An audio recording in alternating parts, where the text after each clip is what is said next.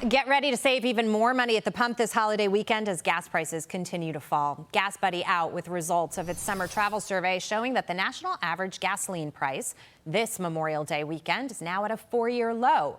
$3.08 a gallon. It's down from $3.58 last year and $1.50 lower than it was in 2022. Joining me now, GasBuddy Petroleum Analysis Head Patrick Haan. Great to see you as always, Patrick. How much lower can these gas prices go? How long will it last? Or for those of us who have studied this, we do know we could see a little bit of a climb going into July 4th. Should we expect the same kind of thing and then another decline after that?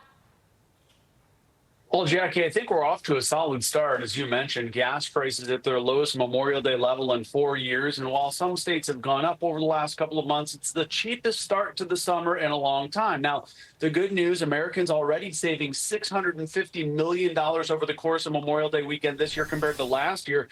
Those savings will likely continue through much of the summer. Now, there are some caveats. Things like hurricane season is something we'll be watching. Of course, hurricanes can make a big splash and shut down refineries in Texas and Louisiana. But for now, there is still the possibility that the national average could fall below $3 a gallon. If it does, it would probably happen in the latter half of the summer.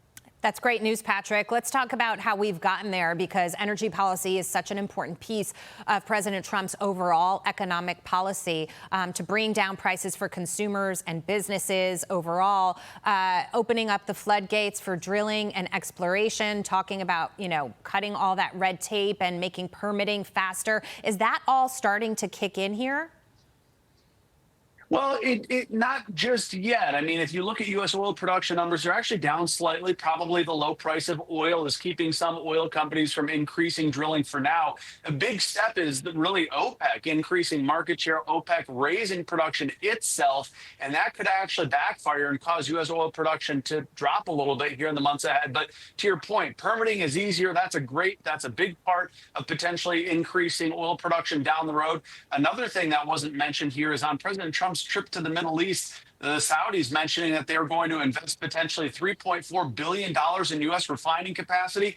We've mentioned so many times it's all about refining capacity here in the United States. That's something that really we desperately need more of if we're going to see gas prices remain relatively low, is additional refining capacity. I think you're right. And that trip to the Middle East really spoke volumes with respect to how Trump deals with Saudi Arabia and also the OPEC countries that were keeping supply pretty tight under President Biden. But then, as you mentioned, ramping up a little bit, helping those prices to come down.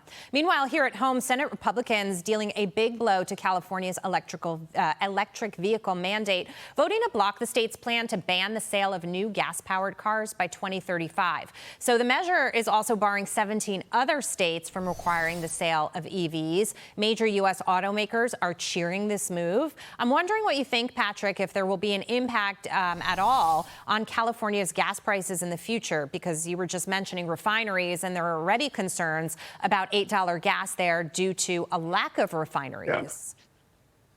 Yeah, exactly right, Jackie. I mean, part of the reason why California is so much higher than everyone else is very restrictive policies. Refineries actually leaving California because the state has taken such a big role in dictating how they can run their businesses that it's no longer the businesses running their business. It's more California's policies. In fact, Governor Newsom finally looking into this, pushing the CEC to give him some answers by July on why this is happening. So yes, the EV mandate, giving consumers choice, is the greatest win here, allowing consumers to pick whatever vehicle suits them. We're going to need the refining capacity, though, down the road, especially in places like California. Yeah, makes a lot of sense. My thanks to you, Patrick. We appreciate you being here. Thanks, Jackie.